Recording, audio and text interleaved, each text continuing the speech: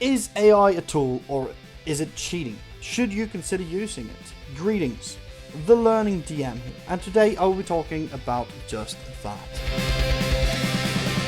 So in newer times, there has been quite a few AIs popping up, and some of them are used for D&D or other things. And today I just want to talk about how I use it. Now this is a very short video. It's a bit controversial, I think, but I'll point out more or less the three primary reasons I use them. So first off, I use them to condense information. Right now, we are in Asarius, in the Exandrian universe, and we are of course in Wildmount, and this is the city we're going for. Now, I need to make notes for this city. This is a description which is well written, and I might just take that as fair play, but these are the many or the few districts in the city. Now, it's important to note, I could copy paste this and then that's fine. But this is where you can use AI and you can just do, hey, please condense and highlight the most important stuff. Thanks. And then the AI will do so. And look at that. We have stick notes with descriptions, what's there, some extra description, the locations, Aurora Hall, then I might want to expand on that. So Aurora Hall, points of interest, which is the seat of the government within the city, right? So at that point, if I am copy pasting this, which I already did, because I already made this video, but there's too much yapping. So if I go to here, centerpiece, this is the Aurora Hall, a 3-star element star, and Dark City, seat of government. Oh, never mind, it's already there. Okay, but it looked kind of different in this one. So here I might here. Oh no, it did that. Oh, it did not. So it's a good example of the AI. Here it did not include the part of it being the seat of power in the city. That's something to include there. That's something you add on. But for a grand, first, this is my first draft. I need to expand on some point, but now I at least have the starting. That's one of the parts I use AI for. Second is character crafting. That can be any crafting. It can be very simple. Hey, I need a magic shop and an NPC. Give me a short visual description of both and their location. And then you will get your magic shop and also your character, which is cool. This is simple. This is how I use AI for shops and characters that they're only gonna meet once. Now, let's say I wanted shopkeep Thrissa Pindlehex to be the main character of this session. Let's say she has a quest. Okay, let us expand upon the NPC. I want her to be part of a quest, but for now, let us just write her. It's her, right? Yeah. Her visual description and demeanor, and also a short backstory. Ignore my spelling errors. English is not my main language. And then it'll do it. And this is how I get my base ideas, even for characters that are huge to my plot. Some I already have, some I do like this. And then I read through it, right? Her late 40s, I think that's cool. I think it's, kind of cool that it's a older creature that's doing this. They've been around town. Is there anything I want to change? Like the mismatched pair of eyes, that's cool, I think. I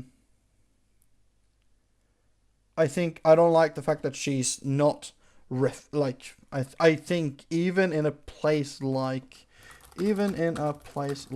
Asarius, I think she has has a decent amount of gold, which means her clothes are good looking and she is neatly kept.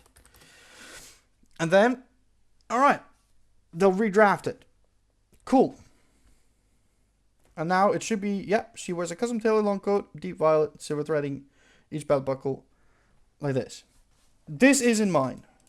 I'll agree. None of this is mine. All of this is AI made. But this is more mine than this. Now, this isn't to say I should change everything. If I'm happy with what it's giving me, and I think, oh, this is a cool little creature for the party to meet, they aren't gonna care. I'll be honest. They will not care. As long as you give them a good... as long as you think this through, right? I think this becomes a tool. Now, if I just got that and I just started reading the visual descriptions to my players, I think that is bad. I think that's just... It's like the same... It's like the same if you just copied off your mate at school, right? You need to understand what's written. You need to make it your own, and I think that's fine once you've done that. Now, obviously, I'm using a built-in world already. And that makes things simpler. We're in the Exandria universe. I've already told the players that, you know, we're using Exandria, but I've made it my own. The wiki isn't necessarily right. I've made changes, and you just have to accept that. And they do, which is cool. Now, there is one more thing I use it for, and that is combat. Now, this may sound weird, because if we go to the... Well, not the player's handbooks. We'll do this. Let's say I want them to be... I want there to be a chance in... when they're traveling, that they will be raided by hobgoblins. I want an encounter for 3 players at level... I believe they're level 8 now. At level 8, I want it to be a... let's say goblin, because that's cool. One of my players is goblin, so that might be a bit of an intrigue. Ambush or raid. Let's say it's a raiding party of 12, and it should be tailored to be medium level difficulty for the 3 players who are level 8. So I'm just again explaining it. That's what I want, right? And then I'll start. Party level 3 players, level 8, difficulty medium, 12 goblins total. Now, here becomes the issue, because a lot of players, especially I think diehard players, you have things like a hobgoblin captain, which I believe is an official... Yep, it's official creature. Like this. But then it's going to make it kind of different. Reduce HP to 45 and add a alchemical grenade. Okay, that has some cool stuff. Smoke pellet. And then use the Goblin Bloss stat block with that and that. Goblin Raiders use the standard Goblin stat block, but give each. And also Goblin stat block. This is cool, right? But what you can do as well is this, because this one sticks fairly to like the player's handbook, except for the extra stuff that you're giving them, which is cool. That can be fun. Okay, now give me an encounter against 2 wolves. Same players. Same players. Really difficult fight. And then it'll maybe start by baseline some creature that's in player handbook, but it'll make them all. It'll make them different. So, both use the Direwolf stat block as a base, but with major upgrades below. So, a Direwolf stat block is what? Let's see. Direwolf stat block. Is... Yeah, hit points 37, armor class 14. This is AC 16, 110 HP. This has the frost-blooded, has freezing breath. These are cool little things, right? Now, this might seem very weird if everything's special, right? I would never use both of these, or I will never use this kind of a setup against them too often, because this is like, these are like almost legendary creatures in a sense, because they're unique, right? Um, Whereas these aren't. They just have some funny things, which is cool, right? But they're not unique. These are very unique. These are like meeting a dragon that's just worse, right? Um, but that is what this allows you to do. And it allows you to tweak the difficulty, and you don't have to necessarily think of, all right, which creatures am I going to use, other than the grand concept, right? Um, and that is primarily the three reasons I'm using AI. And I think AI is really useful for this. I think it's a great tool. Is this cheating? Sure, if you want to call it cheating, but who cares as long as you're having fun.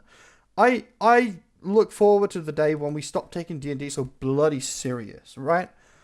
And I mean this kind of jokingly, but also kind of seriously, right? There are, if you're in a group that everyone agree, let's play it by the rules. Everything's by the rules, and that's what we're doing. That's fine. If everyone's agreeing on that, that's cool. Go for it, right? Um, I think what's fun with D&D is it's homebrewing, it's creating moments, it's making characters that are unique, it's allowing players the flexibility to do what they want, and then just diving into small things in the backstories. That's what's D&D for me, not AI. And look, I'll be honest, I don't use AI for everything. If we go to this, which is the current arc we're playing right now, and I go to this, Swiss's event. This is something I just wrote, right? This is about him at some point will die.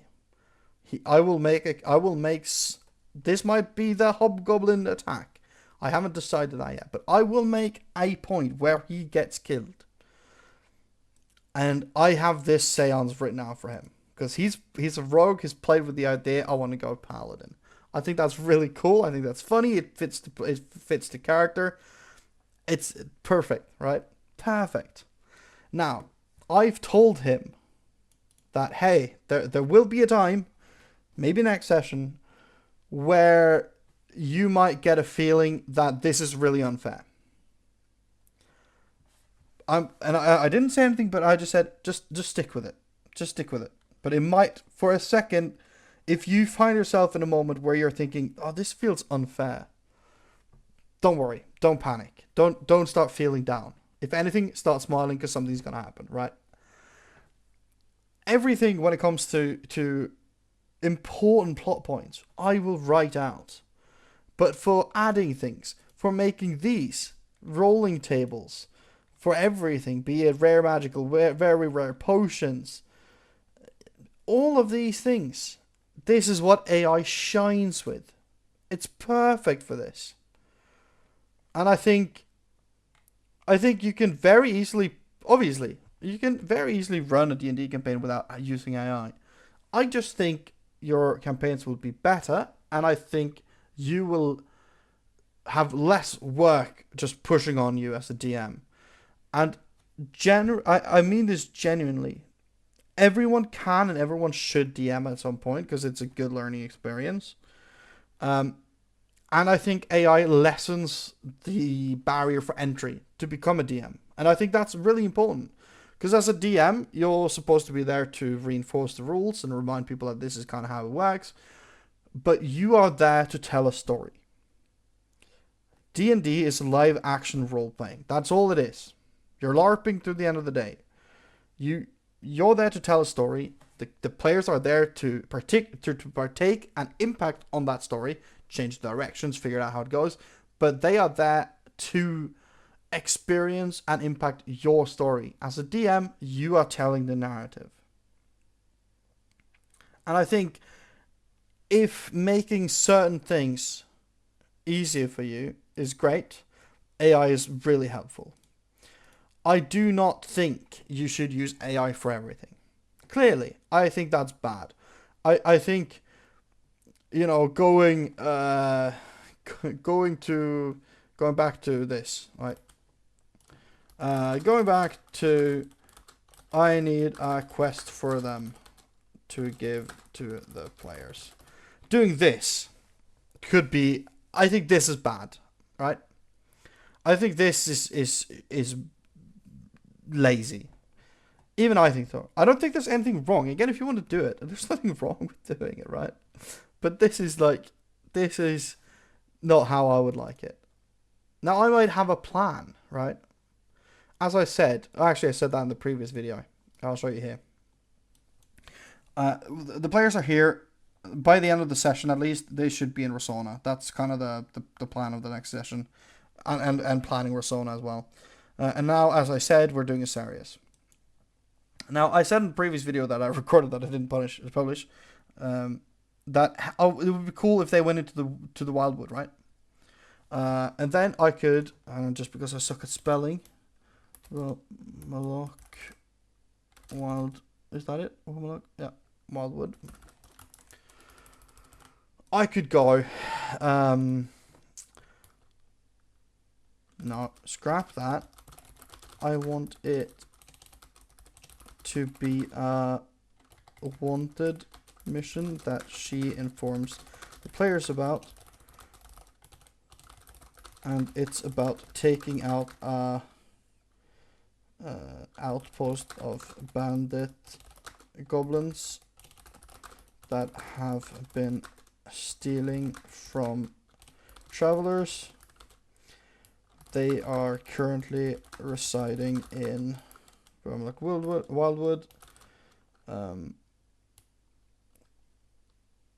Okay, let's start with that. I think that's cool, right? Now I've said I want them to go in and kill, or at least deal with bandit goblins. I've told her about it. This might be something I said, or I say.